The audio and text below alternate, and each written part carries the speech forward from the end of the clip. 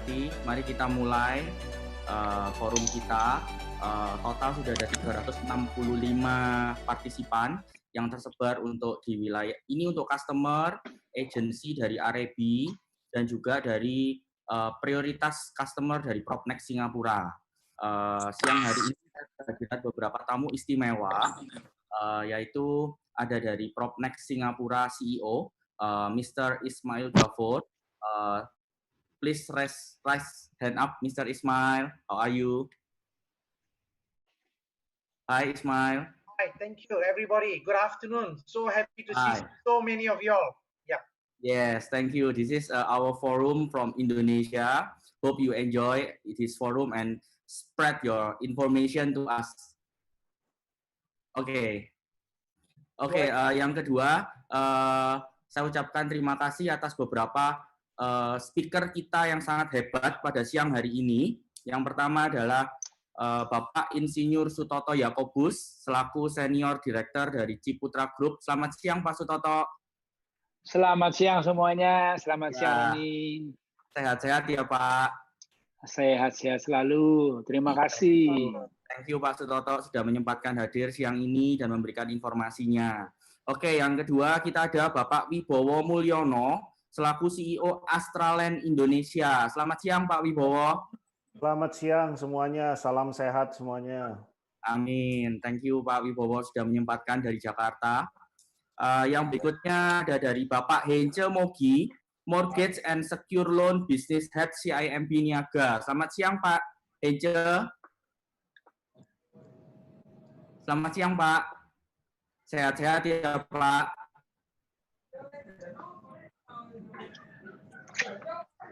Oke. Nanti Bapak akan memberikan informasi yang lebih update mengenai perbankan ya Pak. Thank you semuanya. Yang berikutnya kita ada Bapak Indradi Wahyudi dan Consumer Loan Head Jawa Timur Bank Mandiri. Selamat siang Pak Indradi. Siang Pak Indradi. Mungkin Indradi lagi jawab telepon ini. Selamat siang Pak. Oke, thank you Pak. Ya, semoga semuanya sehat-sehat, teman-teman. Oke, thank you Pak. Amin. Stay tune ya Pak. Thank you Pak. Yang berikutnya kita ada Bapak Rudi Harsono dari Vice President BCA Mortgage Division. Selamat siang Pak Rudi. Selamat siang Pak Luki. Sehat-sehat Pak. Yang informasi dari BCA kita perlukan nih Pak. Siap, siap. Thank you Pak. Yang berikutnya kita ada dari Bapak Enrico Tanuwijaya, Economic Research Head of UOB Indonesia. Selamat siang Pak Enrico, ketemu lagi Pak. Siang, terima kasih waktunya. Ya, teman-teman. Ketemu lagi Pak dari UOB. 2 bulan yang lalu kita ketemu Pak. Thank you Pak. I still remember ya, thank you. Oke, yang berikutnya kita ada Ibu Anastasia Retno Pratiwi, satu-satunya speaker wanita kita siang hari ini. Selamat siang Bu Tiwi. Selamat siang Pak, salam sehat. Salam sehat, thank you, dari Maybank Indonesia. Jadi Head Secure Lending Business Bank Maybank Indonesia. Thank you Bu Tiwi waktunya. Sama-sama. Oke, yang berikutnya kita ada Bapak Eka Wibisono dari CEO dari Abdal Nusa Indonesia. Selamat siang Pak Eka. Siang semua. Siang, sehat-sehat ya Pak Eka. Ya, semua harapannya gitu. Oke, thank you Pak Eka. Ditunggu informasi update-nya nanti, Pak. Oke. Next ke Bapak Edi Sentang dari Inti Land Development yang mewakili dari direksi. Selamat siang Pak Edison. Selamat siang Pak Edison. Oke, saya next ya. Dan juga kita siang hari ini kehadiran beberapa spesial partisipan atau spesial peserta dari luar negeri ya yang rela membuang waktunya untuk belajar dan mempelajari bagaimana kondisi ekonomi di Indonesia.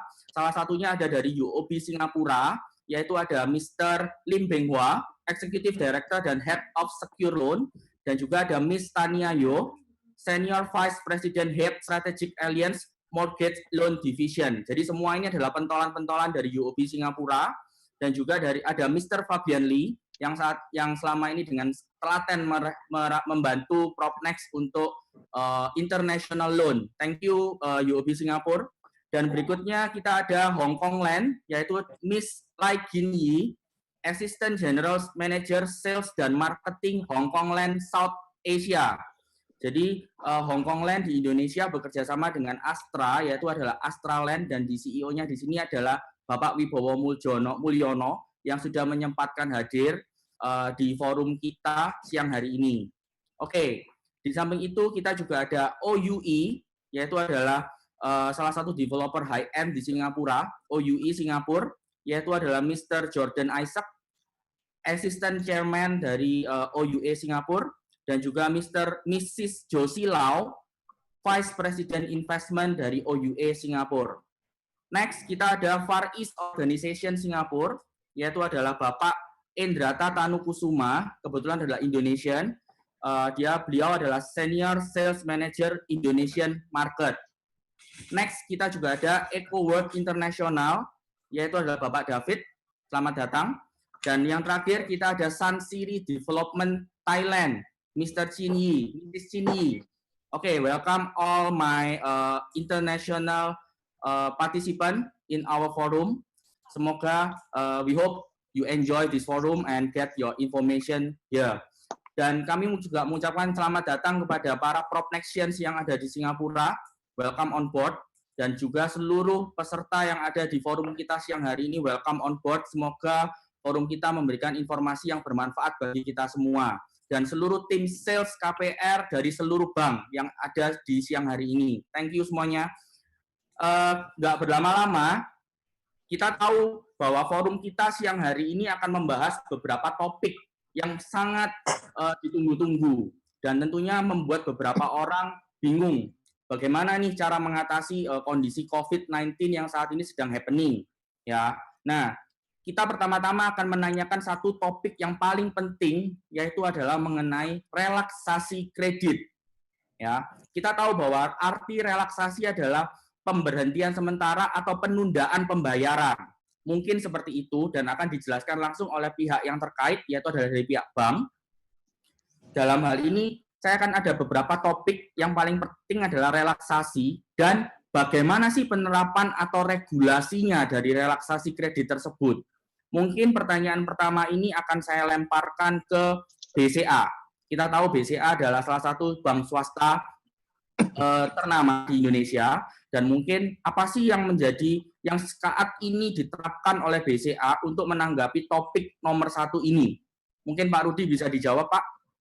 Oke, selamat siang Pak Luki, selamat siang teman-teman yang lainnya.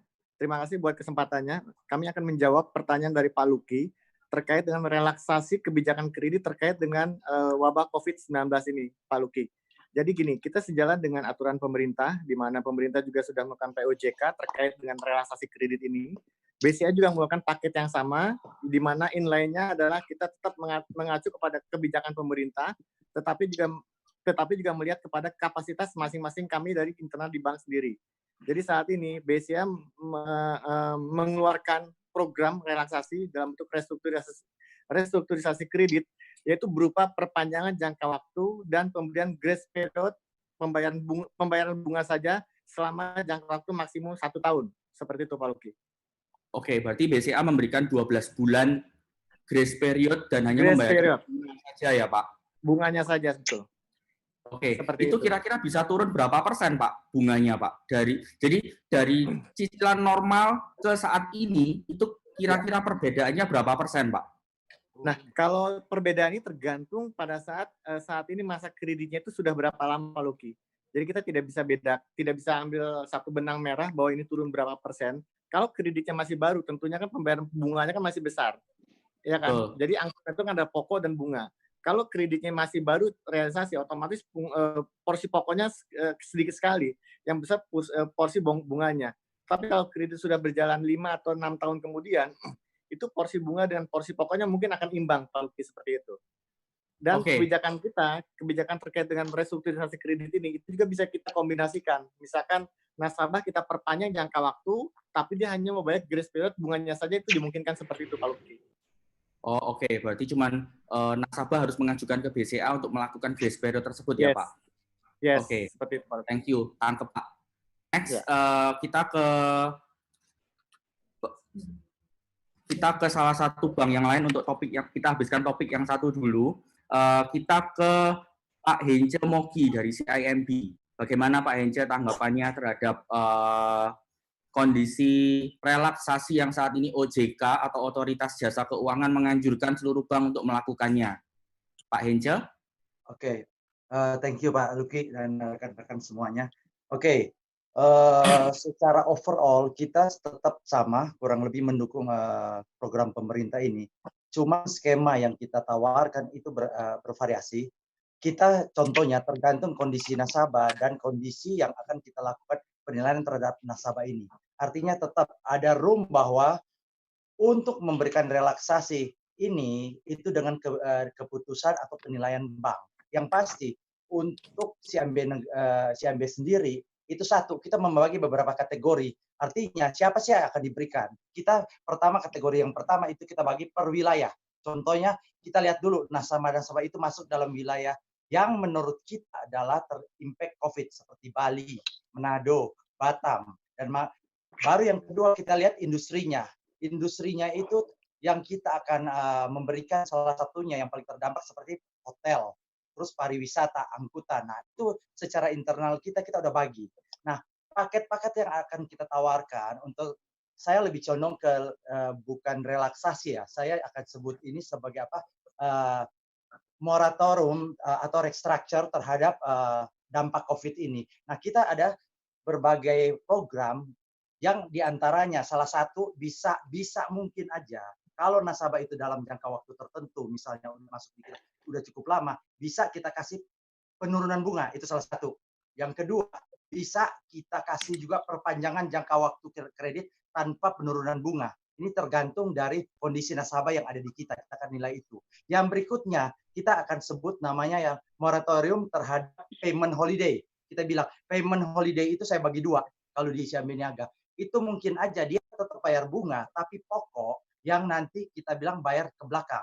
Umumnya kita kasih kalau ini, dia bisa bayar bunga dulu, baru kita nanti akan bayar pokok itu 6 bulan kemudian. Atau bisa juga dalam payment holiday ini, kita berikan dalam bentuk dia tidak bayar bunga dan tidak bayar pokok dalam jangka waktu 6 bulan. Nanti kita bisa kombinasi supaya nasabah itu tidak begitu berat pembayarannya. Kita akan smoothing ke belakang. Jadi jika diambil 6 bulan untuk payment holiday ini akan perpanjang di belakang juga 6 bulan atau bahkan setahun. Itu kira-kira, tapi semua itu kita balik lagi dengan penilaian kita siapa-siapa yang wajar untuk mendapat program ini. Karena terus terang program ini dalam pembatasan yang diatur oleh OJK yang benar-benar harus diberikan orang yang terdampak COVID.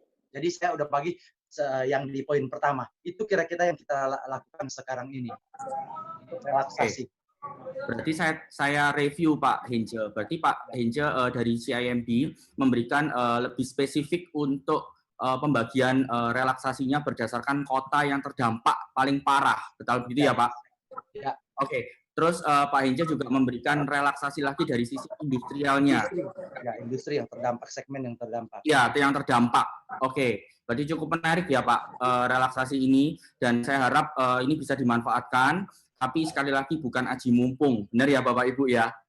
Jadi bisa dimanfaatkan kalau memang Bapak Ibu sedang terkendala kasus coronavirus. Oke, saya ke next topik mengenai internasional dulu sebelum kembali ke Indonesia, karena kita ada Ismail Ghafur, Mr. Ismail yang akan memberikan sedikit pencerahan bagaimana kondisi Singapura dari kondisi dulu menjadi salah satu negara Asia dengan kondisi corona terbanyak, tapi saat ini sudah turun drastis, dan bagaimana kondisi agensi di Singapura, terutama property agency, bisa bangkit dan marketingnya juga bisa melakukan transaksi. Itu yang paling penting, karena Singapura kita tahu negara kecil, full competition, tapi bagaimana mereka bisa survive.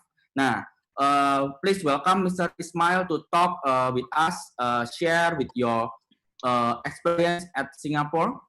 Hello. Hi, Mr. Ismail.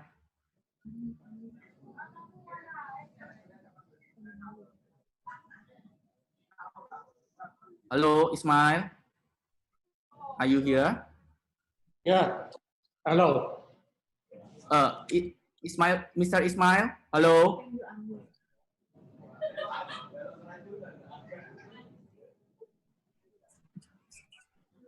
Oke, kalau Mr. Ismail belum siap, saya bisa.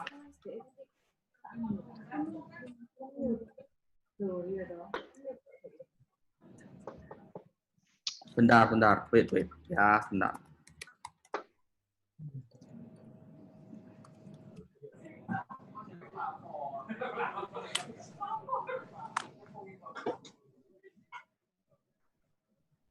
Me. Okay, hi Ismail. News. Hi Ismail. Hi. Are you here? Okay. Okay, good. Terima kasih. Okay. Terima kasih. Sorry. Okay, sorry. This is okay, Ismail, can you share your experience here? Sure. Okay. Good afternoon to everyone. 400 of you, a lot of distinguished guests. My connections. Love you all so much. And I just want to share, really, we are all going through a difficult time. And I must say, Indonesia is doing very well to a big extent. When I look at the numbers of the live update of coronavirus in the world, now we have got more than 2 million people. But Indonesia, with such a big population, so far only 4,839. And based on the world statistics, for every 1 million people, Indonesia is only 116 people got coronavirus, or suspected coronavirus compared to the world. England, America, all are more than 1,000. So I think Indonesia, you're doing very well. Everybody stay at home. That is the best thing you all are doing. I just want to share some of the things that has happened in Singapore. You can see the slides? Yes. Okay, good. I think when in Singapore, we were trying to do many things. Our Prime Minister come and spoke to the whole country 3 times. And on April 3, we have a circuit breaker, which means we are like not leave home unless for essential requirement. And I must say, it has not helped so much in Singapore because the last few days, yesterday got 300 over cases, the day before got 300 over cases. So we are really very worried. What is this and how long is this going to take? But as a company, Propnex, you know we got 8,000 over agents in Singapore and my 1,000 over agents in Indonesia and all over the place. As self-employed, we must stay very strong in our mind because at the end of the day, I don't think we can overcome these things by ourselves. So what we have done here is this. We have come out with a huge amount of program. I think what is most important for all of us right now is to keep our mind strong. We must upgrade ourselves. We cannot be worried about what is going to happen. It is a crisis all over the world.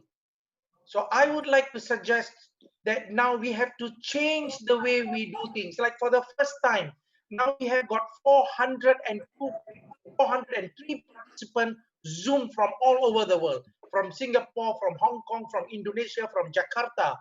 This is the way we will have to do things in terms of our training, in terms of our mind. And what we have done here is this. Like last Saturday, we brought one of the very good experts, Mike Lin, to talk, and there were about 600 consumer come and see. And I want to suggest, let's help each other now is to stay healthy. We cannot tell our customer every time about property for those people who are doing property or developer. This is the time we will have to take care of ourselves, our loved one, and our customer, talking about other things that they can also benefit. This is just to give you an example. What we have done here is this. We have decided to training every day, morning, afternoon, night, morning, afternoon, night. Like you see, next week, tomorrow, Thursday, other than morning exercise that is open to all the public, we all must stay healthy. We have to go through some education training, and tomorrow night I'm conducting a consumer seminar. So this is very, very important. And one of the good things that I really want to tell a lot of y'all, you may be very surprised. I want to tell you, Indonesians are looking at Singapore to buy properties. This is just some of the simple examples that I would like to highlight to you. In the last 2 weeks, some of the Propnex agents in Singapore closed a lot of penthouses. And if you look at it, the first 2 penthouses, each were costing $15 million. And they also closed the biggest penthouse at Copper and Orchard. And I just got the news yesterday. Indonesian bought 3 Boulevard 88 house, and yesterday they bought 2 going to online. And I'm telling you, each property is more than $15 million Singapore money. And therefore, the Singapore agent closed to the Indonesian customer 2 houses, each above Singapore $15 million. So what am I trying to say here is this: we should not be so worried right now because of the crisis and don't do anything. So my suggestion here is this: let us first stay calm, stay healthy, do exercise, talk to our customer, upgrade ourselves, engage people through the online, and still continue to do what is the best that we can do. And this is the other agent who also closed another property after the COVID. I mean, people cannot go out of the house online, and she closed this deal at 12.5 million. So I don't want to talk about all these things just to say, but I am just giving to motivate all of you. People do buy properties, and some of the wealthy Indonesians do look at Singapore properties, and I'm sure there are many Indonesians who will buy Indonesian properties because the time some of the prices are good. So last slide that I want to share here is this. On this Saturday at 3 p.m., I'm going to share 1.5 hours, probably no, about 1 hour. And I'm going to share about, are we doing the right thing now? This is based on my book, The Timeless Gift. This is a really very good topic. I encourage and invite all Propnexians and your customers to join in as I share from this bestseller book, The Timeless Gift. So with that, I don't want to take so much more time. I want to just really thank Luke for inviting me. And I want to say, this is really, really an impressive thing what we are doing. We should continuously engage ourselves and improve. With that, wish you all the very best to Indonesia and all my partners out there. Thank you so much. And I want to continue enjoying listening to the rest of the experts. Thank you, Ismail, for your sharing with us. Very attractive. Oke, kita lanjut ke next topic. Setelah kita mendengarkan dari Mr. Ismail mengenai bagaimana kondisi di Singapura dan ternyata masih agresif sekali kondisi market di Singapura. Jadi menurut saya ini salah satu angin segar untuk kita di Indonesia bahwa di Singapura aja masih excited untuk invest properti dan bahkan cash is the king. Ya, kita akan bahas mengenai cash is the king juga karena saya ada beberapa share juga transaksi-transaksi di Propnex Indonesia, mostly mereka juga melakukan transaksi juga melalui cash. Nah, saya mungkin ada sedikit satu share screen saya mengenai contoh transaksi real di Propnex Indonesia yang saat ini terjadi minggu lalu dan baru terjadi dalam 1 minggu atau 7 hari yang lalu. Nah, ini saya mau sharekan ke teman-teman bahwa kondisi properti masih good. Tinggal kita mau beli properti itu bijaksana atau tidak. Nah, itu yang menentukan nilai investasi dari kita, mau untung atau mau rugi. Next, mungkin share screen. Nah, ini salah satu ucapan congratulation mengenai transaksi yang sudah Propnex bukukan. Memang dari sisi nominal tidak terlalu besar karena angka yang jadi hanya di kisaran di bawah miliar, tapi ini terjadi hampir tiap hari dan hampir tiap jam. Jadi menurut saya ini salah satu contoh cuplikan bahwa banyak sekali transaksi cash. Dan teman-teman bisa tahu bahwa di Propnex kami setiap kali ada transaksi, seluruh bank atau marketing bank itu auto generate tahu siapa marketing Propnex yang transaksi, dan mereka langsung kontak ke marketing tersebut menanyakan apakah KPR atau cash, dan amazing-nya semua yang ditanyakan penjawabannya adalah cash payment. Jadi ini adalah fenomena di mana cash itu adalah menentukan saat ini untuk investasi. Dan tapi bukan berarti teman-teman yang nggak punya cash nggak bisa invest, bisa. Oleh karena itu kita hadirkan para top director dari Bank Indonesia untuk memberikan kredit ke teman-teman semua. Oke, kita lanjut ke next topik kita. Oke, kita akan bertanya nih ke Bank Mandiri, ke Pak Indradi Wahyudi. Selamat siang Pak Indradi. Selamat siang Pak.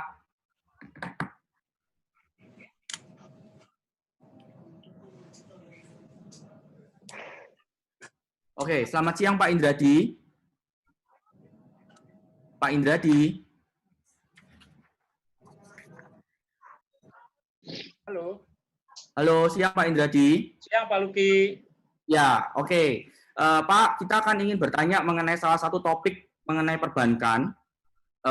Topik yang kedua yaitu adalah apakah bank masih memberikan fasilitas kredit ke konsumen di Indonesia, dan bagaimana menyikapi pemberian kredit dengan meminimalkan gagal bayar, Pak Indradi? Mungkin Pak Indradi dari Bank Mandiri, kita tahu Bank Mandiri salah satu bank government terbesar di Indonesia, ya. Jadi bagaimana nih Pak untuk menyikapi kondisi COVID-19 dan pemberian fasilitas kredit serta meminimalkan gagal bayar, Pak Indradi? Ya, terima kasih teman-teman. Ya, terima kasih teman-teman peserta Zoom conference. Ya, bisa saya sampaikan kalau kita melihat Bank Mandiri itu sampai saat ini masih menyalurkan KPR, Pak. Tapi KPR-nya relatif lebih mungkin ini lebih selektif ya, Pak ya. Per kemarin minggu lalu itu mungkin di Bank Mandiri kami hanya saat ini baru untuk yang primary market. Jadi sebelumnya kan bisa primary market, secondary, top up, take over. Nah, saat ini kita baru konsentrasi hanya ke primary market dulu gitu, Pak. Oke, berarti cara meminimalkan gagal bayar Pak Indradi lebih selektif dengan primary market ya, Pak. Ke primary market. Oke, setuju, Pak. Ya, terus primary market juga kita juga kalau misalnya developer ya hampir semua developer masih bisa, Pak. Masih bisa. Terus kita juga lebih konsentrasi sekarang ke yang sifatnya employee, Pak. Jadi employee. Kebetulan juga kalau ditanya untuk mitigasi, kita program masih tetap sama, Pak. Bisa masih auto approve yang untuk employee gitu, Pak. Nah, cuma emang kita di Bank Mandiri ini untuk rekening tabungan yang payroll itu kan hampir 3 juta, Pak, seluruh Indonesia. Sedangkan di Jawa Timur aja hampir 490.000, Pak, rekening payroll ke Bank Mandiri. Jadi kalau misalnya kita ditanya lagi mengenai strategi, kita main yang di payroll di Bank Mandiri dulu gitu, Pak. Nah, cuma kalau payroll di tempat lain tetap bisa, Pak. Cuma kalau kita ngomong strategi, kita coba payroll ke Bank Mandiri, terutama yang sifatnya mungkin kita punya yang kementerian atau yang BUMN atau apa yang tidak tidak berdampak terhadap COVID-19 ini, Pak. Itu sih. Kalau tetap nyalur, tetap nyalur, Pak. Siap, mantap. Berarti angin segar untuk para developer ya, Pak. Untuk mitigasi kita juga tadi yang disampaikan teman-teman yang pertama, kita juga ada restru, Pak. Jadi ada restru, kita nanti bisa sifatnya grace period, yang kedua juga sifatnya penurunan angsuran gitu, Pak. Nanti kita bisa lakukan itu jika debitnya sudah jalan 3 bulan, kita bisa lakukan itu. Nah, emang kecenderungannya yang jalan 2 bulan aja udah ada yang minta restru, Pak. Jadi lucu juga nih. Teman-teman bahkan juga yang tidak terkena dampak juga kita Bank Mandiri ini banyak ditelepon, aji mumpung ya, Pak. Minta restru nggak atau apa gitu. Nah, itu yang sebenarnya yang tidak terdampak COVID pun sekarang coba-coba untuk meminta resto. Oke, paham Pak. Berarti angin segar untuk developer bahwa Bank Mandiri tetap support KPR untuk primary market. Jadi ini salah satu angin segar untuk seluruh developer di Indonesia ya Pak Indraji. Iya, Pak. Thank you Iya, Pak komennya dan sharingnya. Saya lanjut ke speaker yang lain ya Pak. Nanti kita akan ketemu lagi Pak sebentar lagi Pak. Ya, terima kasih Pak. Thank you. Nah, saya lanjut ke Bank UOB Indonesia. Kira-kira untuk topik yang kedua adalah pemberian fasilitas kredit konsumer ke Indonesia dan ke warga negara Indonesia dan bagaimana menyikapi untuk pemberian kredit tapi dengan minimal gagal bayar. Pak Enrico bisa bantu Pak? Bentar.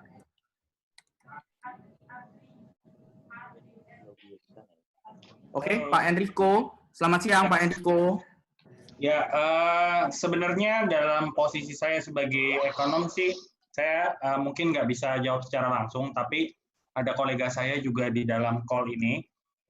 Intinya sih sekarang kalau secara strategi memang saya setuju kebanyakan dari permintaan pembelian untuk rumah, apartemen, dan lain sebagainya mungkin yang terjadi adalah delay di sini. Kalau kita lihat dari pemantauan kami juga analisa, tapi justru kalau dari sisi ekonomi sendiri memang Indonesia kaum milenialnya masih tinggi dan juga nanti mungkin appetite untuk pembelian rumah mereka yang pertama sebagai aset terbesar dalam hidup mereka itu nantinya juga pasti akan kembali. Jadi yang kami lakukan sekarang dari Bank UOB paling sedikit ada 2, yaitu yang pertama kita share informasi sebanyak mungkin.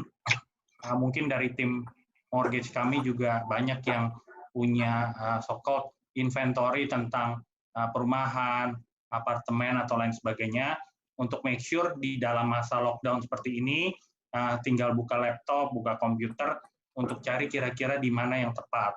Yang kedua, kapasitas Bank UOB ini, kita punya digital banking itu sangat powerful ya, very powerful because we are linked not only to the one of the strongest bank in the region in Singapore, one of the safest bank, tapi one of the digitally ready.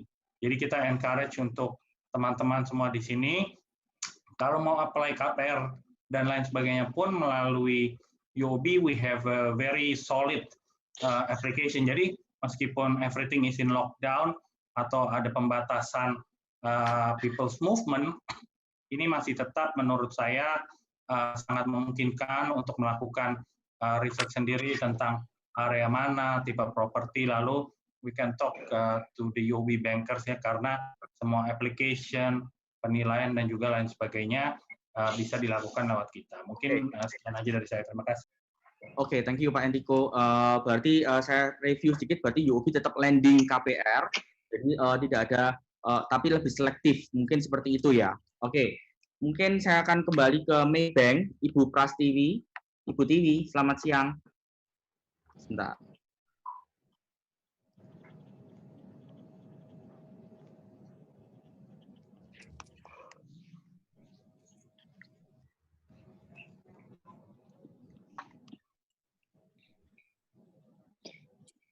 Selamat siang, Bu Tiwi.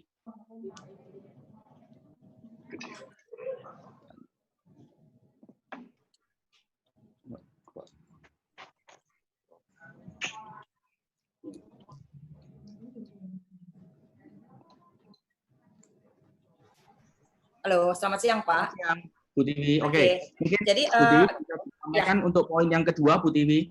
Baik, kalau Maybank Pak masih tetap memberikan fasilitas kredit untuk konsumen yang berasal dari developer maupun dari property agent masih. Jadi kita tetap jalankan. Hanya memang kebijakan dari Maybank memang kita batasi maksimal adalah 5 miliar. Kemudian untuk menyingkapin kegagalan bayar, Pak, yang pasti adalah kita customer-nya kita pastikan dulu. Jadi mungkin kita lebih detail ya, Pak ya. Jadi customer kita pastikan dulu apakah sampai dengan bulan ini masih ada penghasilan tetap. Kemudian setelah itu kita baru evaluasi lagi, Pak. Apakah usahanya atau perusahaannya itu akan continue mempunyai penghasilan untuk depannya. Kemudian setelah itu kita juga secara jaminan Pak kolateral kita juga akan lihat, kita fokus ke beberapa kota sih Pak. Di MyBank itu saat ini kita fokus ke Jabodetabek, kemudian Surabaya, Semarang. Selain Semarang kita punya di Makassar, Palembang, Medan, Bandung, kemudian kita ada juga di Balikpapan. Itu sih Pak. Mungkin dari MyBank kita seperti itu. Jadi kita tetap bisnis tetap jalan karena kita tetap mendukung ya Pak ya, tetap mendukung pemerintah untuk tetap perekonomian tetap jalan. Itu sih Pak. Good. Thank you Bu Tiwi. Jadi intinya MyBank juga tetap lending KPR, cuman lebih selektif aja ya Bu ya. Dan ada beberapa aturan yaitu adalah di bawah 5 miliar. Benar ya Bu Tiwi ya? Oke, good news. Jadi intinya adalah KPR tetap bisa jalan dan mungkin lebih selektif lagi. Jadi kami akan lanjut dengan pihak bank next segment. Nah, kita akan lanjut ke pihak developer dulu karena beberapa sudah mulai menantikan nih bagaimana nih developer. Oke, saya ada satu topik yang paling menarik yaitu adalah mengenai relaksasi juga.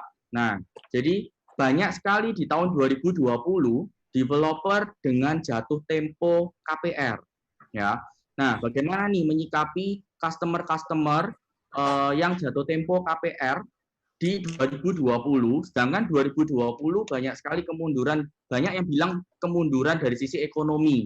Nah, tapi bank juga memberikan kredit juga secara selektif. Nah, bagaimana menyikapi sistem seperti ini oleh developer-developer? Nah, mungkin yang penting dan wajib menjawab di sini adalah saya serahkan ke expertise kita, yaitu adalah Pak Sutoto Yakobus. Selamat siang Pak Sutoto. Selamat siang Pak Luki. Sudah menyempatkan hadir Pak, thank you semuanya, thank you Pak. Oke, mungkin Malam bisa semuanya. Pak, bagaimana cara menyikapi dengan bijaksana mengenai jatuh tempo KPR di 2020, namun customer mengajukan untuk pending atau postpone atau keringanan dan lain sebagainya Pak. Strategi apa Pak? Nah, ini kan memang banyak juga customer yang istilahnya ada yang memang betul-betul istilahnya ya, betul-betul memang dia mengalami gangguan dalam cash flow, gangguan dalam usaha, tapi juga ada juga customer yang mungkin karena membaca berita-berita relaksasi kredit, boleh bayar dengan pokoknya aja, boleh membayar bunganya dok, pokoknya ditunda. Nah, memang ada customer yang terus melihat, kalau begitu yang dari developer boleh juga tuh diminta ditunda. Ada juga sih yang memang jadi karena berpikir analogi daripada kebijakan yang dikeluarkan oleh OJK. Tapi saya tadi sudah pertama kali sudah senang bahwa tadi bank-bank sudah komit tetap menyalurkan KPR. Ya. Memang bagaimanapun juga KPR ini kan sangat penting buat developer karena banyak segmen yang memang sangat perlu KPR. Tidak semua segmen perlu KPR, tapi banyak ya. Semakin kelas menengah semakin besar sekali porsi KPR-nya. Nah, memang pertama kalau dari segi bank, kita harapkan dari bank ini tetap menjadi rekan terbaik kita. Jadi tetap menyalurkan KPR. Tadi disinggung oleh baik Pak Rudi maupun Pak Indradi ya, istilahnya dari developer itu kalau bank-bank itu selektif ya, developer itu bisa kalau perlu bisa dialog lah bersama dengan bank ya toh, bagaimana supaya sharing risiko ya, sharing risiko itu misalnya ya sudah ada corporate garanti untuk sekian bulan dulu atau berapa, istilahnya kita bisa membuat risiko buat bank lebih kecil, tapi KPR tetap bisa diluncurkan, kan begitu. Itu saya kira itu merupakan yang pertama ya, yang utama yang akan kita lakukan untuk menyikapi kondisi seperti ini. Tapi belajar dari pengalaman yang lalu, dulu zaman Krismon yang berapa bulan yang lalu, mungkin nggak tahu Pak Lugi sudah lahir atau belum itu ya, pada tahun dengar Pak. 2008 waktu itu kita sudah di property agent, Pak. Dan oh iya. Kalau 98 belum. Kenapa, Pak? Kalau 98 belum, Pak. 98 masih di SMP, Pak, saya waktu itu, Pak. Nah, ya untung ya. Memang saat itu lebih parah ya, memang saat itu terpaksa kita beberapa melakukan istilahnya KPR-nya ditunda. Jadi istilahnya bayar, ada yang sampai ditunda berapa bulan, tapi customer-nya tetap membayar kepada developer ya, sehingga sampai kurang lebih beberapa bulan agak mereda baru dilakukan akad kredit ya.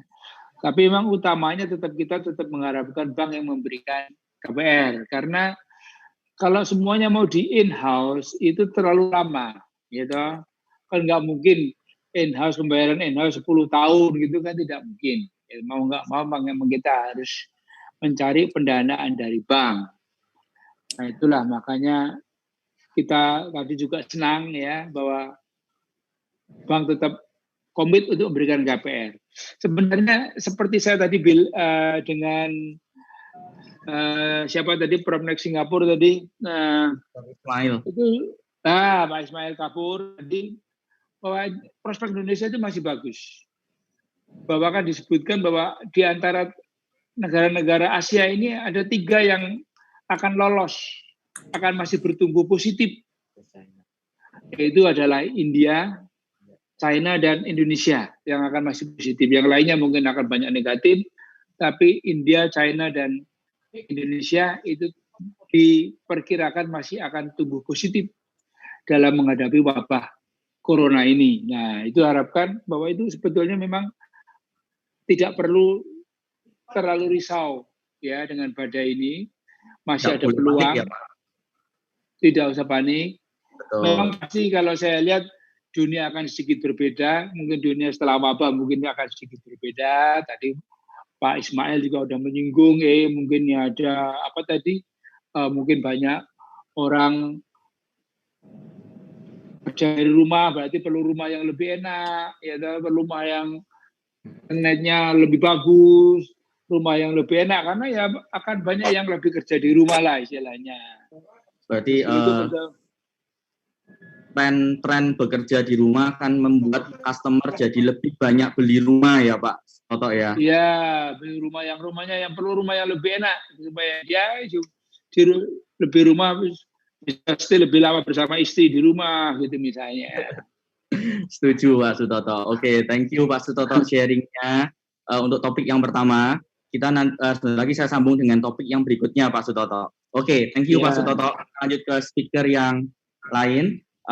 Oke, bagaimana sih menyikapi mengenai akad kredit yang mau cair? Nah, mungkin di sini juga yang cocok untuk menjawab adalah dari Intiland. Kita ada perwakilan dari Pak Edison yang mewakili dari direksi dari Intiland Development. Nah, mungkin Pak Edison bisa sedikit diceritakan bagaimana kondisi di Intiland saat ini dan bagaimana cara menyikapinya dengan kondisi kredit yang akan cair di 2020 dan bagaimana apabila ada customer yang mengajukan pending atau postpone cicilan atau KPR, Pak. Mungkin bisa lanjut, Pak.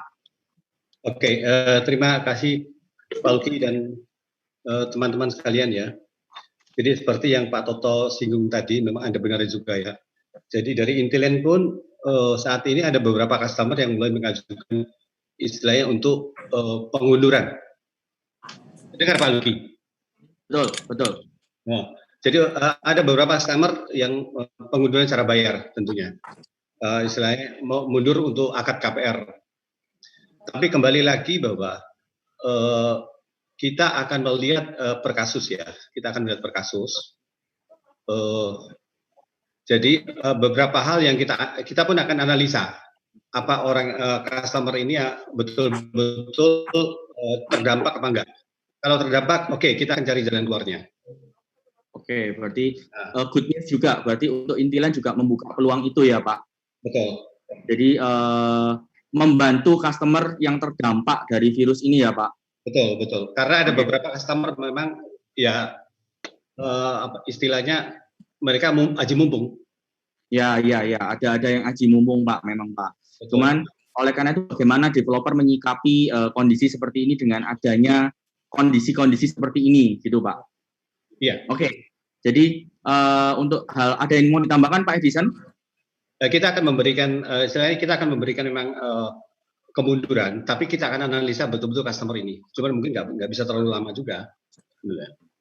Oke, kira-kira dari Intiland itu selain memberikan bantuan untuk pertimbangan relaksasi tersebut, kira-kira stimulus apa lagi Pak Edison yang kira-kira dari Intiland mau luncurkan untuk menyikapi kondisi seperti ini?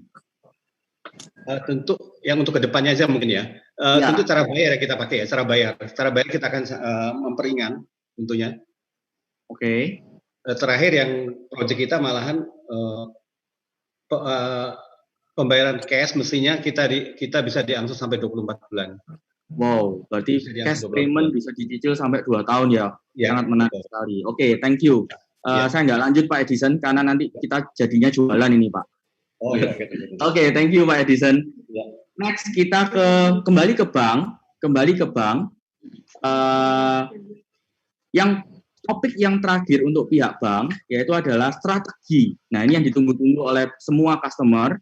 Jadi kondisi seperti ini apakah akan berkelanjutan? Ada beberapa ekonom mengatakan bahwa kondisi COVID-19 akan berdampak hingga bulan September atau bahkan ada yang mengatakan bahwa 12 bulan sejak bulan Maret. Jadi bisa jadi endingnya di Maret 2021. Nah, mungkin apa sih? Apakah prediksi-prediksi seperti ini benar atau hoax atau bagaimana di kacamata para perbankan hebat di Indonesia? Jadi saya perlu sedikit masukan dari para senior-senior kita di bank. Kondisi seperti ini strateginya apa? Mau sampai kapan? Dan bagaimana bisa mengatasinya? Oke, mungkin saya mulai dengan ekspertisnya untuk kondisi ekonom, yaitu adalah dari pihak UOB, dari Pak Enrico Tanuwijaya. Selamat siang, Pak Enrico. Halo, oke. Ya. Kalau ini saya bisa sedikit banyak memberikan gambaran. Mungkin pada Betul. saat ini tidak ada satu orang pun kecuali Tuhan yang tahu berapa lama ini akan berlangsung, tapi yang kita bisa bagikan paling sedikit adalah kita lihat apa sih yang sebenarnya terjadi. Saya akan share screen ya teman-teman ya. Kelihatan ya screen-nya ya? Halo? Yes, kelihatan Pak.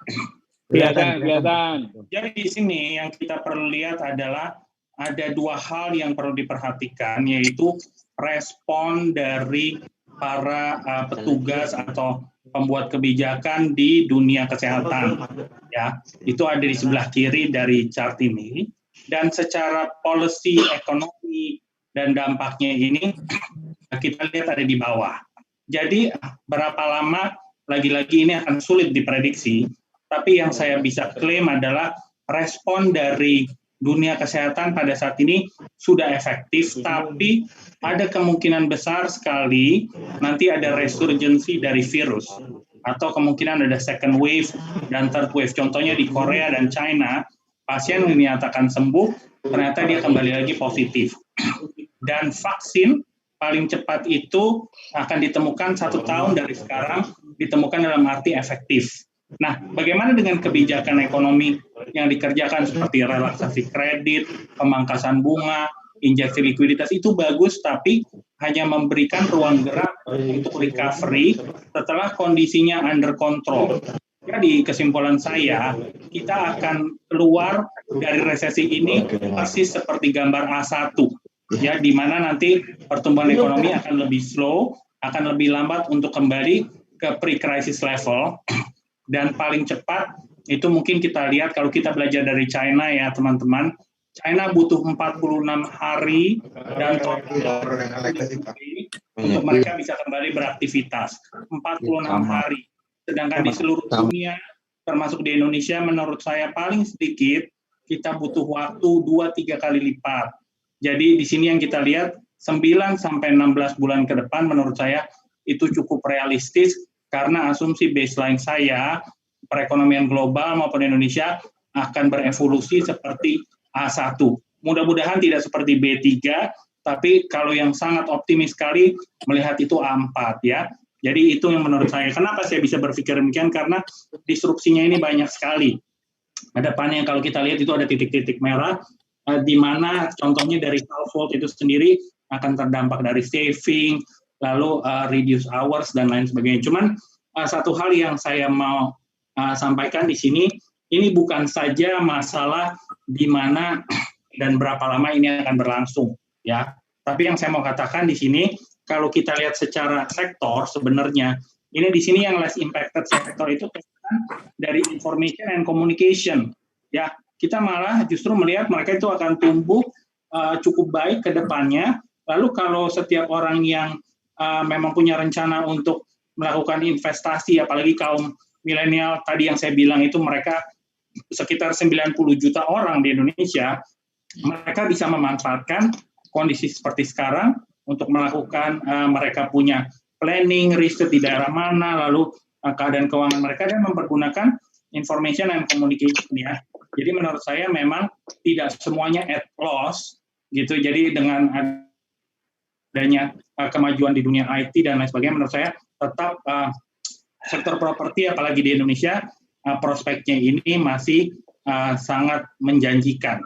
Ya, jadi yang saya mau sampaikan adalah mungkin recovery-nya ini akan lebih lama, tapi bukan berarti we cannot do anything but wait. Enggak betul juga, karena dengan sekarang dunia lebih maju, we can start to do planning right now, dan we can even talk to the bankers melalui digital platform. Mungkin itu Pak Luki dari saya, terima kasih. Oke, thank you Pak Enrico. Sangat lengkap dan sangat informatif Pak Enrico. Thank you so much. Oke, mungkin next Bang, itu ada Pak Hince. Pak Hince. Selamat siang Pak Hince. Sebentar.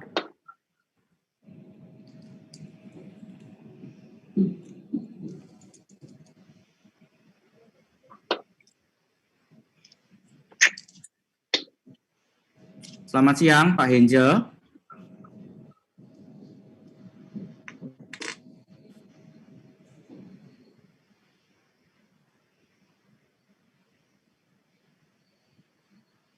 Oke, kita berpindah dulu ke Pak Rudi Harsono. Pak Rudi dari BCA. Iya, Pak. Iya, Pak. Halo. Pak Rudi. Ya, mungkin ya, Pak Rudi bisa disikapin, Pak, kondisi seperti ini bagaimana, Pak, sambil menunggu, Pak. Pak Rudi dulu.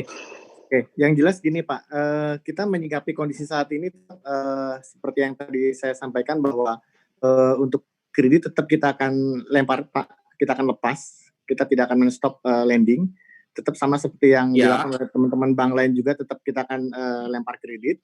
Tetapi satu hal, kita menyikapi kondisi ini, strategi ke depannya seperti apa, tetap kita juga tetap pada kredit, kehati-hatian juga tetap kita jaga Pak. Kita lebih selektif untuk memberikan kreditnya ini. Terus juga kita lihat kondisi-kondisi usaha yang terdampak dalam terkait dengan COVID ini, kita juga perlu waspadai. Mungkin yang tidak terdampak itu yang kita akan fokuskan ke sana sih Pak. Ya. Oke. Jadi sama seperti yang tadi sama-sama teman-teman sampaikan bahwa BCA tetap akan menyalurkan kredit, tapi memang lebih hati-hati aja sih Pak, lebih selektif dalam memberikan kredit ini Pak ke depannya. Dan kita sampai menunggu sampai badai COVID ini berakhir, dan kita akan lihat bahwa ke depannya apakah ini akan ada perubahan atau tidak gitu kan Pak. Seperti itu Pak. Oke, menurut Pak Rudi, kondisi COVID seperti ini, BCA tetap optimis ya, Pak? Kita tetap optimis, Pak. Kita tetap optimis, Pak. Oke, tetap optimis.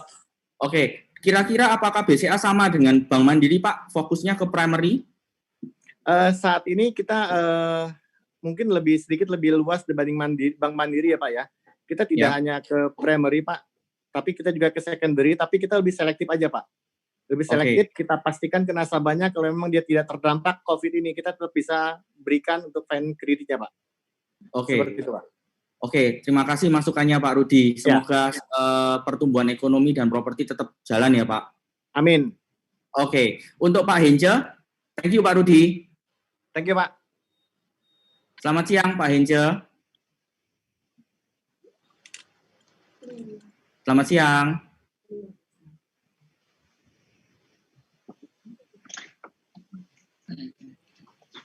Oke, Pak Hence mungkin lagi sibuk. Saya lanjut ke Bang Maybank, ke Bu Tiwi. Selamat siang, Bu Tiwi. Selamat siang, Pak. Ya, Bu Tiwi, mungkin bagaimana tanggapan Maybank dan strateginya mengenai kondisi COVID seperti ini, optimismenya apa yang bisa di-sharingkan, Bu Tiwi? Oke, kalau Maybank kita tetap optimis, Pak. Kita tetap mendukung pertumbuhan ekonomi sesuai arahan pemerintah ya Pak ya, sesuai arahan OJK. Kemudian kita tetap membantu juga untuk yang tadi nasabah-nasabah terdampak COVID, kita tetap bantu. Itu sih Pak. Jadi tetap kita fokus bisnis ya, fokus membantu untuk meringankan customer yang terdampak COVID tetap. Oke. Berarti tetap optimis ya, Bu ya? Ya. Oke, sip, mantap. Mungkin kita kembali ke developer. Ada beberapa lagi sesi menarik untuk developer. Ya, mungkin untuk Pak Wibowo. Selamat siang, Pak Wibowo. Selamat siang, Pak Luki. Ya, sorry menunggu lama, Pak Wibowo. Oh, nggak apa-apa, menarik sekali pembincangannya. Thank you. Oke, Pak Wibowo adalah CEO dari Astraland, yaitu adalah joint venture company antara Astra Property dengan Hong Kong Land. Benar ya, Pak? Betul, Pak. Oke, propertinya sangat prestigious karena high-end property market fokusnya. Nah, mungkin bagaimana Pak tanggapan Pak Wibowo mengenai kondisi COVID ini dan bagaimana tanggapan ini, bagaimana bisa tahan dari kondisi seperti ini, Pak? Oke. Mungkin tadi suaranya rada putus-putus, Pak Luki. Bisa diulang bagian terakhirnya, Pak? Halo? Ya. Saya ulangi ya, Pak? Ya. Saya ulangi, Pak? Silakan, Pak. Oke. Jadi mungkin strateginya apa bagi Pak Wibowo selaku Astraland Indonesia untuk bertahan dari kondisi COVID-19 dan bagaimana tetap meningkatkan sales dengan baik, mungkin kurang lebih fokus atau seperti apa, mungkin bisa di-sharingkan ke teman-teman. Ya, selamat siang semuanya, selamat siang teman-teman. Mungkin hari ini akan ada beberapa yang tidak setuju sama saya, tapi nggak apa-apa ya Pak Luki ya. Ini adalah posisi Astraland Indonesia ya. Berbeda, karena nih tiap company mestinya menghadapi ini sedikit berbeda karena kondisinya juga berbeda-beda ya Pak ya. Jadi yang saya akan sampaikan spesifik terhadap Astraland Indonesia Pak Luki. Nah, silakan Pak.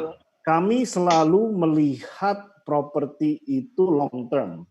Jadi semua keputusan kami, semua inisiatif kami, semua dari apa yang kami jalankan selama 2 bulan terakhir ini selalu basisnya adalah itu. Properti adalah long term. Ya, tadi Pak Edison sempat sebutkan ya, ini kita kayaknya bakal lama nih, bakal 16 bulan, 18 bulan. Nah, kami selalu melihat properti lebih dari itu.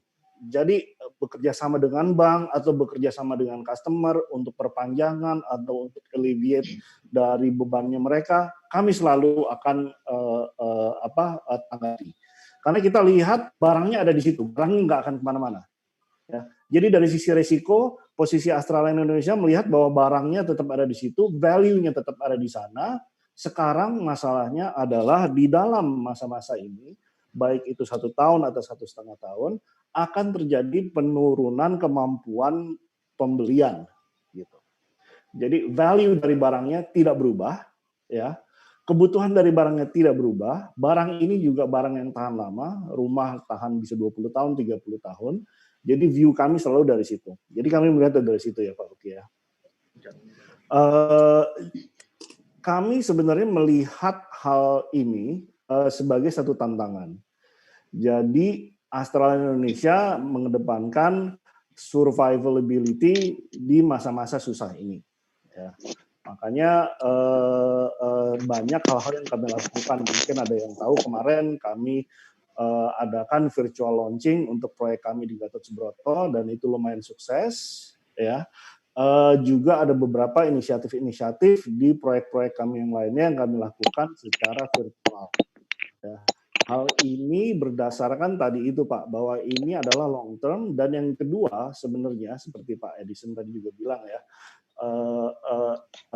atau apa yang dari Bang Yobi tadi juga bilang gitu ya, we don't know how this thing will play out. Ya. Kita nggak tahu konsumen itu seperti apa, gitu. Jadi kami dasarnya dari sana.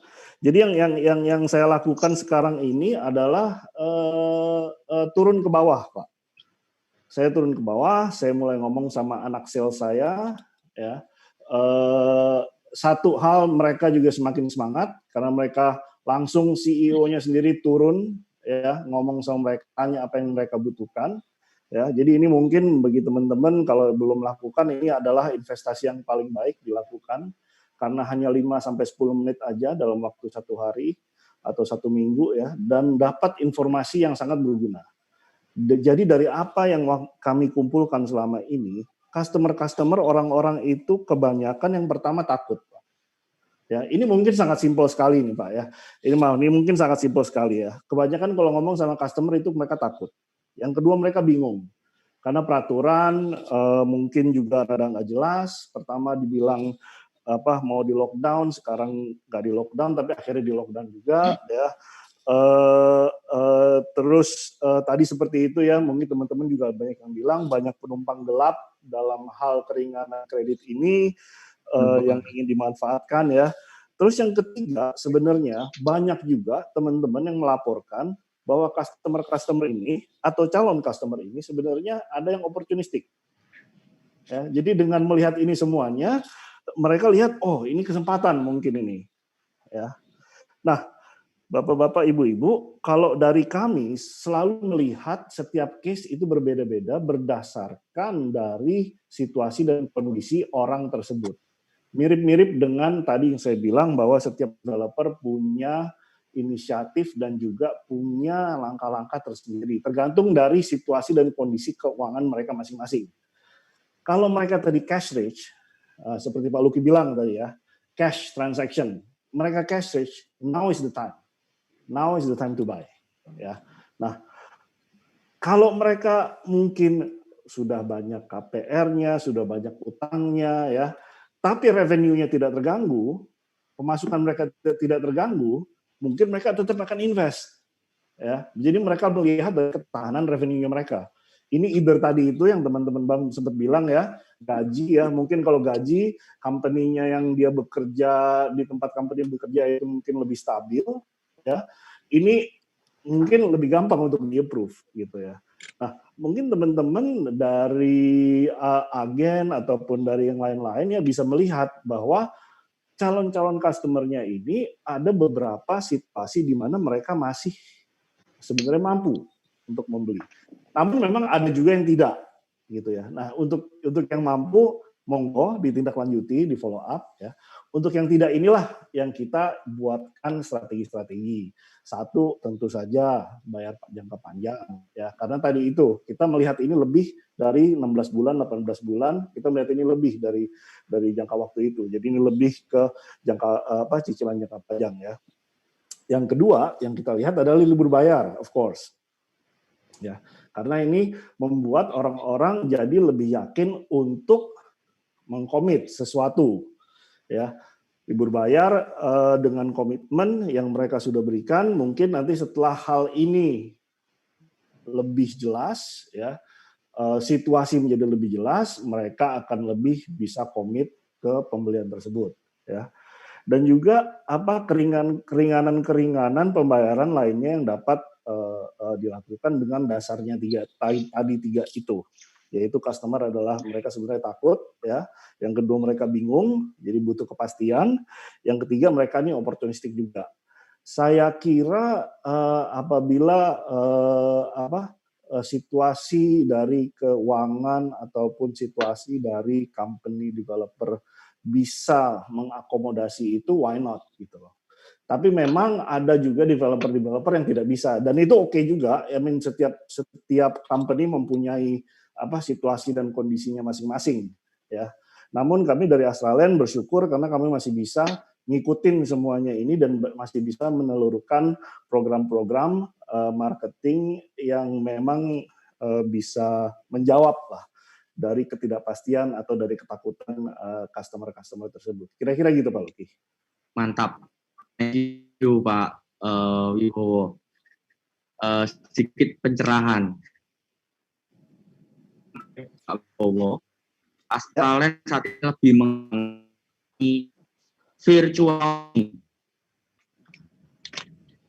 Selamat siang, Pak Wibowo. Oke, thank you. Mantap Pak. Oke, saya ada satu menarik nih Pak dari Pak Wibowo, yaitu adalah virtual launching. Ya.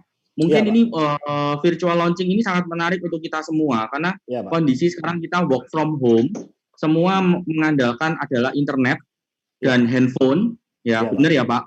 Betul. Ya, jadi ini salah satu hal baru Pak Wibowo.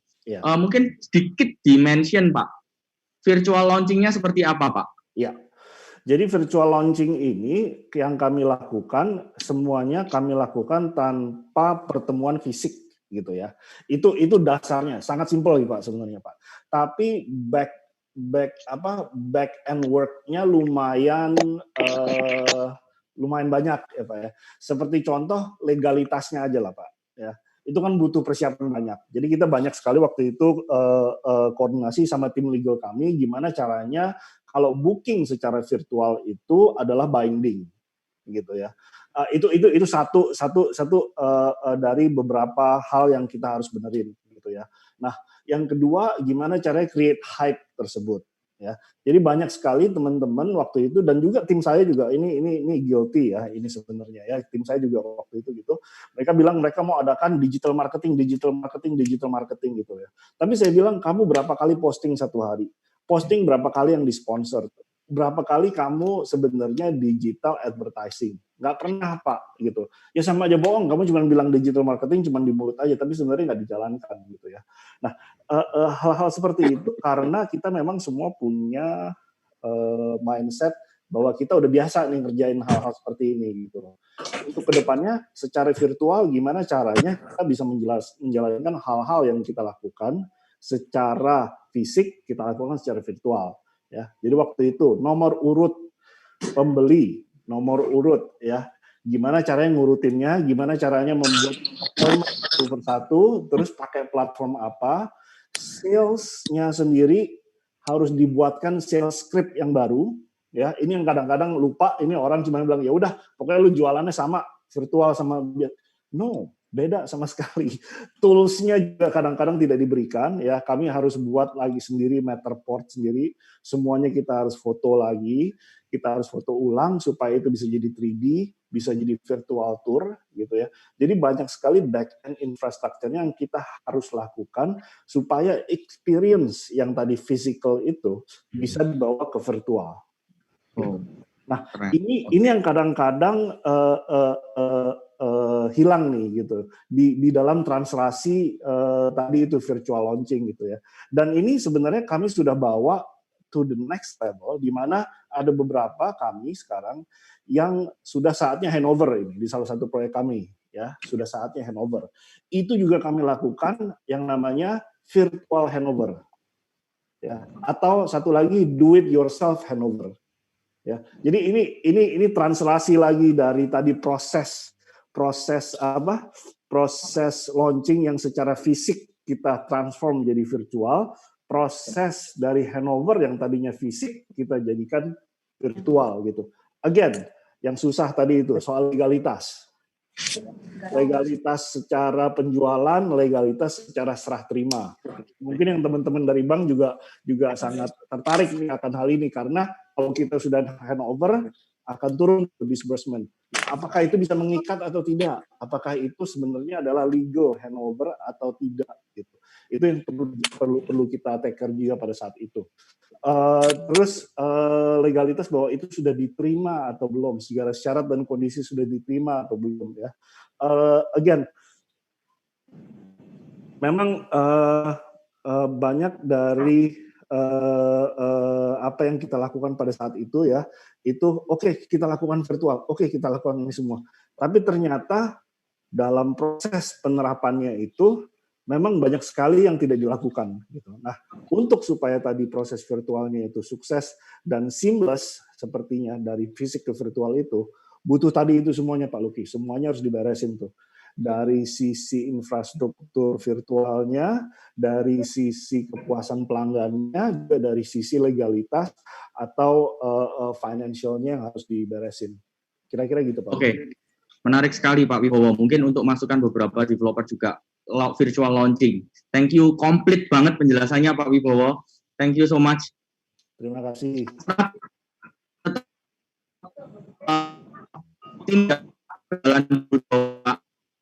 Gimana Pak? Maaf Pak, selalu putus-putusnya. Oke. Ya.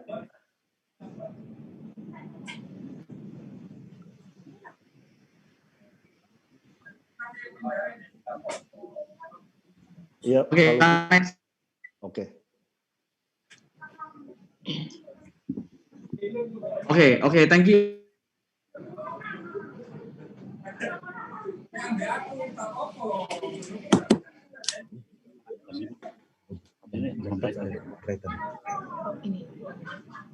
Stream tuh saya mungkin lebih kan pakai juga sinyalnya ya. Webex kan Zoom, tapi Cisco lebih secure sih. Berikutnya kita lanjut ke Pak Eka Wibisono. Selamat siang Pak Eka. Ya, selamat siang. Oke, selamat siang semua. Oke, kita akan bahas mengenai strategi apa nih Pak Eka sebagai Abdel Nusa. Kita tahu bahwa di Surabaya Abdel Nusa juga salah satu developer yang berfokus di high-end property. Jadi di middle adalah persiapan untuk finishing dan lain sebagainya. Mungkin Pak Eka ada masukan strategi apa nih Pak Eka yang Pak Eka lakukan dan tim. Kita tahu proyeknya Pak Eka kan ada di Surabaya dan Jakarta juga. Jadi biar teman-teman tahu apa sih langkah-langkah dari Abdel Nusa di tahun 2020 dengan kondisi COVID-19 seperti ini Pak. Ya, terima kasih. Sebetulnya melalui peristiwa pandemi COVID-19 ini, kita itu banyak tiba-tiba terpaksa masuk dalam suatu kondisi yang menimbulkan banyak hal yang baru yang sebelumnya tidak pernah kita pikirkan atau lakukan. Halo? Iya Pak, dengar Pak. Tiba-tiba seperti Pak. Halo.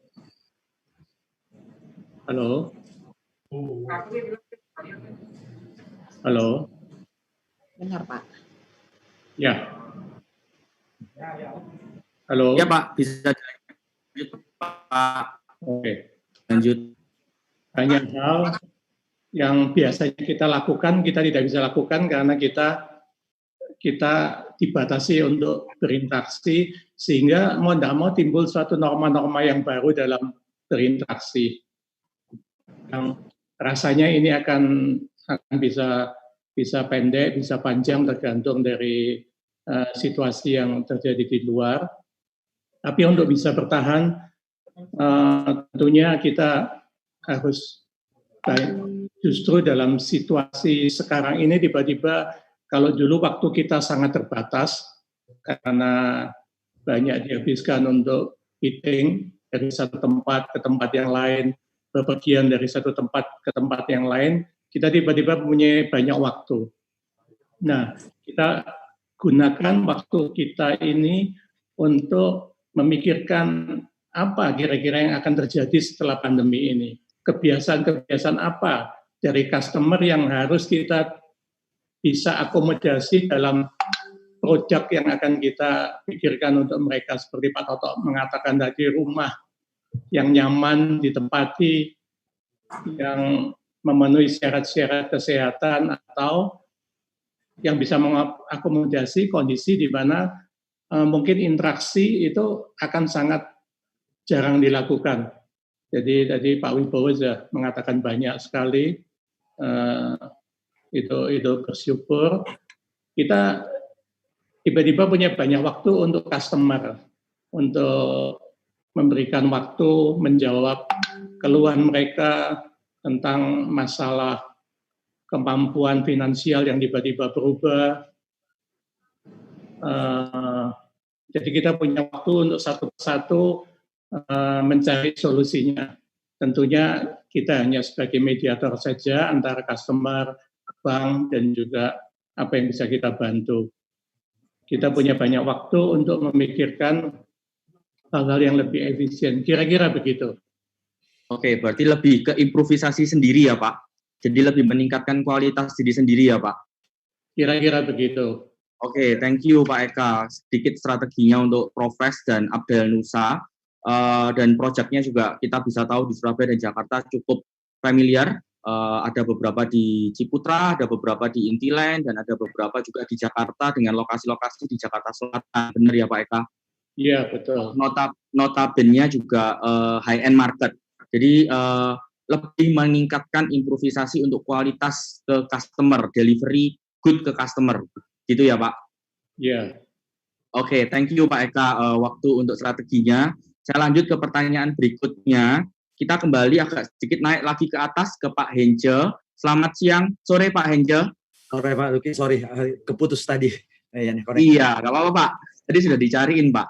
Oke, sorry. Oke, mungkin Pak Henje bisa sedikit men-sharingkan strategi apa nih Pak CIMB Niaga untuk tahun 2020 ini terhadap kondisi COVID seperti ini, dan optimisme apa Pak? Strategi apa yang Bapak bisa sharingkan ke customer? Oke, Pak Luki, mungkin gini, saya kasih gambaran dulu untuk Q1 ini. Kita lihat pertumbuhan Q1 kalau di CIMB sendiri untuk kredit. Halo? Masuk ya? Halo? Pak Luki kedengaran teman-teman? Oke, mungkin saya sharing aja bahwa pertumbuhan sebenarnya kalau kita lihat dari year on year dalam bulan yang sama Maret dibandingkan Maret tahun ini, itu kita masih tumbuh sekitar 11%. Nah, kalau kita lihat dari year to date, artinya dari Desember tahun lalu ke Maret tahun ini, itu sebenarnya kita lihat Januari, Februari itu masih bagus. Maret pun di saya masih tumbuh sekitar 2,4%. Nah, baru saya lari lagi dengan target pertumbuhan pemerintah seperti Pak Toto tadi bilang, ada 3 negara yang akan bertahan dalam kondisi COVID ini, yaitu satu China, Indonesia, dan India. Nah, saya terus terang memiliki strategi, saya selalu optimis. Jadi gini, kita memang sekarang ini melihat bahwa terjadi penurunan dari segi kalau saya di bank itu untuk pencairan kredit. Rata-rata kalau sekarang kita bilang itu hampir 40-50% ya. Semua bank itu turun. Rata-rata bank. Mungkin kalau dilihat di Maret masih ada bank yang cukup tinggi datanya. Tapi saya yakin di April, Mei, dan Juni ini traction-nya cukup besar. Nah, strategi yang kita lakukan satu. Yang sekarang adalah yang kita coba masuk ke segmen-segmen tertentu yang notabene harus aman di bank. Kenapa? Bank ini adalah satu barometer. Jika terganggu finansial kita atau NPL kita akan mempengaruhi secara populasi keseluruhan dari properti. Ini yang kita coba jaga dulu. Apa yang kita lakukan sekarang ini? Yang paling pertama poin yang pertama yang kita lakukan adalah menjaga kualitas kredit. NPL itu harus terjaga dulu. Itu yang saya lakukan sekarang. Apa yang kita lakukan untuk menjaga ini? Di antaranya kita coba adjust LTV. Kedua, ke eksternal, kita lakukan adalah kerjasama dengan developer-developer lebih ketat lagi, dalam arti kita lebih dekat lagi, kita kolaborasi dan kita pilih developer-developer yang bagus, kita bikin program yang cukup menarik. Itu yang kita lakukan sekarang ini. Nah, yang kita tawarkan sekarang pun jadi nggak jor-joran masalah, karena gini, kondisi sekarang itu bukan karena orang nggak mau beli, orang takut beli. Saya yakin juga banyak orang yang punya duit sebenarnya yang masih simpan. Saya contoh di Jakarta atau satu developer, contoh Sutra kemarin, mereka bisa launching dengan penjualan hampir 38 unit ruko itu harga 5 miliar. Ini menunjukkan apa? Segmen tertentu, saya lihat kan, dari total populasi ada 20% sebenarnya orang yang punya duit. Ini yang kita lihat. Nah, orang yang punya duit ini kadang-kadang bisa memilih bank, tapi bisa juga masuk dalam kategori mereka cicil in-house. Nah, ini kita lagi pikirkan untuk masuk ke pasar ini. Ya, ini memang nggak gampang, tapi kita lihat. Karena gini, kalau kita lihat di bank sekarang, harapan untuk karyawan sekarang udah cut 50% untuk pengambilan kredit. Satu, kita lihat terjadi Bali udah hampir 1.200 orang untuk karyawan hotel, belum daerah lain. Nah, itu yang kita lakukan sekarang. Strategi jangka pendek 3 bulan ke depan adalah apa? Saya tetap memperluas. Jadi saya tetap pembiayaan ke primary market saya lakukan dengan beberapa pengetatan LTV. Yang kedua, secondary juga kita tetap lakukan. Refinancing pun kita tetap lakukan, tapi pengetatan LTV-nya juga. Jadi semua market ini bukan saya shrinking, malah saya perluas sekarang ini. Dan yang saya lakukan adalah sekarang, strategi yang paling utama, saya juga harus kolaborasi, bukan cuma menjual kredit saya itu dengan internalnya saya. Malahan saya libatin, saya punya program namanya Referral Club. Saya ajak teman-teman broker untuk juga bisa menjual produk saya ke masyarakat luas. Itu yang saya lakukan. Artinya dalam kondisi market yang makin shrinking, pasar makin terbatas, saya harus memperluas satu, bentuk kerjasama saya. Yang kedua, pasar saya delivery-nya, channelnya makin luas, bukan saya persempit. Ketiga, yang saya lakukan, saya yakinin ke pasar bahwa kita tetap ada kredit sampai saat ini. Itu yang kita lakukan sekarang. Dan terakhir yang kita lakukan adalah apa? Strategi organisasi. Nah, semua ini kadang-kadang kita melihat strategi untuk menjual suatu produk hanya produk tok. Kalau saya enggak, saya itu justru sekarang itu merubah bukan hanya strategi berdasarkan produk. Saya organisasi dengan kondisi COVID semua ini, saya revamp lagi. Contohnya, saya bilang untuk menghandle kayak perumahan yang kecil, itu seperti apa? Saya punya tim khusus sekarang ini. Yang besar saya bikin tim khusus supaya apa? Komunikasi ke teman-teman di developer, broker itu lebih signifikan dan lebih intens karena kita punya banyak waktu. Dan yang terakhir yang saya lakukan, saya itu sering sekali sekarang berkolaborasi dengan teman-teman broker, developer untuk selalu memberikan informasi dalam bentuk seperti sekarang ini. Ini karena saya pikir dalam kondisi sekarang kunci paling sukses adalah kita lakukan apa? Kolaborasi. Kolaborasi itu paling penting. Jadi saya nggak melihat masing-masing bank, masing-masing developer punya ego masing-masing untuk jalan masing-masing. Justru saatnya saya bilang teman-teman perbankan, teman-teman developer, kita mesti sama-sama. Dan akhir, sebenarnya kita kan berbicara ke dalam kondisi cash flow. Cash flow itu harus ada sekarang ini, betul ya? Nah, saya mungkin sebagai saran aja, teman-teman developer juga melihat ada potensi yang bisa dapat cash flow itu di mana? Di antaranya kita harus meningkatkan. Kalau sekarang ini setelah COVID ini, gimana kita garap yang namanya, kalau kita bisa jual beli, kita harus garap. Kita harus paksa nasabah itu bisa jual beli dengan kita. Kenapa? Contohnya di Ciputra, misalnya saya punya portfolio 1,2 triliun. Artinya, kalau yang udah siap aja kita bisa lakukan cair 100-200 miliar. Ini sumber cash flow buat teman-teman developer. Ini yang kita mesti jaga dan mesti lakukan. Karena kadang-kadang kita lupa pada waktu market itu udah booming lagi, cash terus terang di bank itu banyak yang teman-teman di developer nggak sadar, nggak diambil. Di developer itu, ayo pergunakan dana yang ada di kita. Nanti kita lihat kondisi 3 bulan, 6 bulan ada mereda, kita panggil nasabah itu untuk melakukan jual beli dengan bank, pasang hak tanggungan, ada kan kurang lebih 10-15% bisa langsung dicairkan. Nah ini nggak sadar, mungkin kalau ibu-ibu developer yang dari segi finansial ini bisa lihat, ini peluang juga untuk dapat cash flow, at least untuk kita membantu dalam jangka pendek ini, sambil kita menunggu penjualan. Itu yang kira-kira yang kita lakukan sekarang sih Pak Luki, jadi itu yang coba lakukan. Dan saya lihat sih masih positif. 3 bulan ini sih masih tumbuh sekitar 2,5% kalau di tempat saya ya, year to date growth. Ya, untuk kreditnya. Jadi masih tumbuh 3 bulan ini.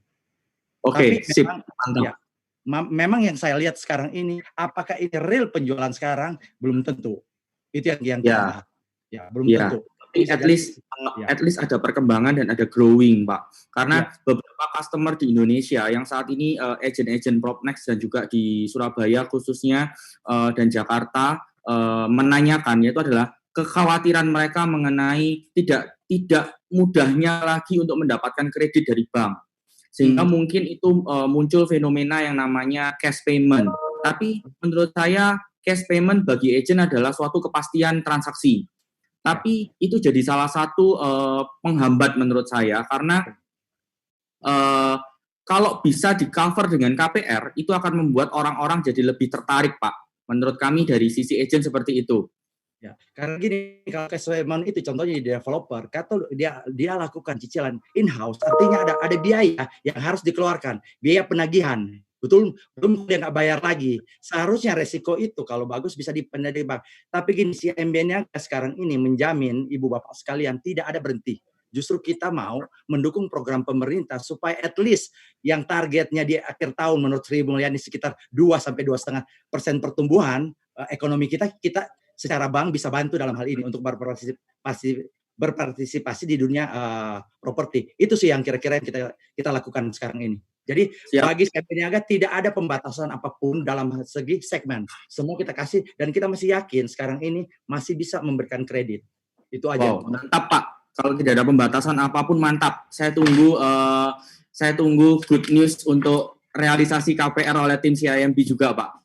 Ya lumayan Pak, tapi juga Propnex sudah cukup banyak kasih ke kita ya. Jadi thank you. Juga. Ya ini semua bank yang kita undang semua kita aplikasinya juga banyak Pak masuk ke mereka. Jadi it's our priority bank. Oke, thank you. Mungkin pertanyaan terakhir untuk saya ingin sedikit memberikan pertanyaan kepada Pak Sutoto, salah satu senior saya. Sebentar. Pak Sutoto, saya ingin memberikan selamat siang Pak Sutoto. Oke, saya ingin karena Pak Sutoto senior kami di Surabaya, jadi saya ingin memberikan satu ekstra topik untuk Pak Sutoto, yaitu gimana nih strategi Ciputra, karena kita tahu Ciputra subholding 2 undernya Pak Sutoto Yaakobus sangat agresif sekali di 2019 dan di 2020 ini. Nah, kira-kira strateginya apa Pak? Kok bisa agresif banget dan penjualan tetap good banget? Mungkin bisa di-sharingkan Pak? Baik. Jadi memang buat kita memang selalu kita perhatikan ya, yang kita utamakan itu setiap transaksi dengan kami itu kita usahakan supaya menjadi suatu pengalaman yang manis buat konsumen kita. Sehingga kita usahain ya produknya bagus, secara keuangan juga menguntungkan. Ya kadang-kadang kalau ada masalah kita selesaikan. Jadi kita pasti kita akan berusaha untuk menjaga relasi yang terbaik selalu dengan konsumen. Nah untuk menghadapi masa COVID-19 ini, ya katakanlah memang dapat dikatakan market sedikit menunggu, ya market sedikit agak lambat, ya. Apa yang kita lakukan? Memang pertama tentu kita menggunakan ini untuk mengembangkan SDM. Ya, jadi kita banyak training, banyak membenahi sistem, sekaligus kita pakai untuk itu yang pertama. Yang kedua kita menyiapkan, kita berpikir ya produk apa yang paling cocok pasca COVID ini, ya toh. Pasca COVID ini kan kira-kira ada perubahan-perubahan apa dalam preferensial dari konsumen, dalam kebiasaan-kebiasaan orang dalam menempati properti, itu kita pikirkan baik-baik dan kita rundingkan, kita merencanakan produk yang baru, produk-produk yang cocok. Oke. Pak Sutoto.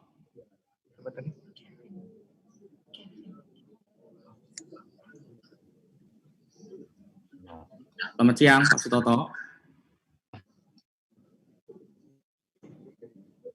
Masih dengar suaranya, Pak?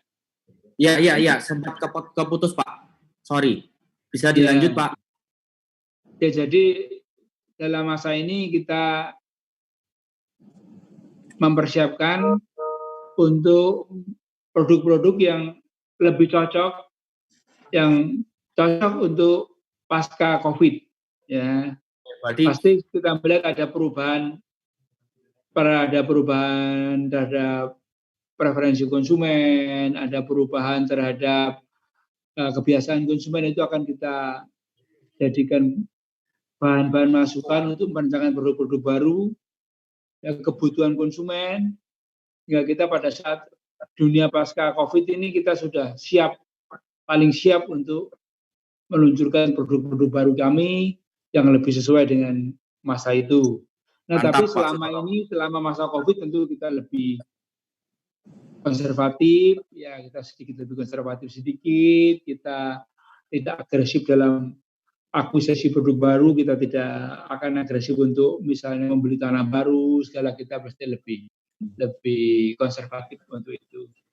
Oke, intinya di 2020 Ciputra Group Subholding 2 tetap on fire dan optimis ya Pak? Tentu, ya kita tetap membangun. Ya apa yang kita janjikan kepada konsumen untuk deliver, kita akan deliver pada waktunya, kita tetap membangun. Bahkan kita juga tetap akan menambah fasilitas, menambah nilai, ya supaya nilai dari properti tetap akan meningkat. Jadi justru ini kesempatan buat kita untuk terus, kalau perlu kita menambah fasilitas, menambah kenyamanan, supaya nilai propertinya tetap meningkat. Sehingga konsumen ya kalau mau membeli ya jangan nunggu-nunggu terlalu lama, karena kita pengen pasti nilainya tetap akan meningkat karena sebanding dengan perkembangan dari propertinya. Oke, thank you Pak Sutoto motivasinya dan optimismenya untuk tahun 2020. Nah, saya mengucapkan terima kasih kepada seluruh speaker kami pada sore hari ini yang sudah menyempatkan hadir, memberikan sedikit statement-statement segar untuk para investor di Indonesia. Sekali lagi saya ingin mereview bahwa 2020 memang kondisi kita sedikit slow, tapi bukan berarti kita berhenti. Ya, ibarat tadi Bu Tiwi juga memberikan instrumen bahwa kita tetap melakukan bisnis Pak, kondisi apapun. Nah itu saya sangat setuju. Jadi begitu juga developer dan bank tetap berkarya, tetap berkreasi, dan memberikan sesuatu yang baik untuk investor, dan untuk agensi juga memberikan value kepada customer. Kenapa kita harus membeli investasi properti yang tepat, bukan investasi properti yang kurang bijaksana untuk customer. Jadi sesuai dengan topik kita, stop rugi di investment property. Jadi sekali lagi agen-agen properti khususnya Propnex dan seluruh agen properti di Indonesia agar lebih bijaksana lagi menawarkan properti ke customer, memberikan properti pilihan yang bijaksana, wise dan cocok untuk investasi mereka. Oke, mungkin acara forum kita cukup sekian, cukup bisa diterima, dan apabila ada salah kata, kekurang sempurnaan, saya mohon maaf. Selaku CEO Propnex Indonesia, saya mohon maaf. Dan untuk Propnex Singapore, saya mengucapkan terima kasih. Say thank you very much to all my Propnexians Singapore and all Singapore customer who already joined with this forum. Thank you so much, and sorry if have a misunderstanding and everything. Thank you so much all. See you on the next session. Jadi sampai jumpa lagi di sesi yang berikutnya. Teman-teman dan para speaker yang saya hormati, agar mungkin untuk mau bersharing lagi di sesi yang berikutnya. Thank you semuanya. Salam sukses semuanya.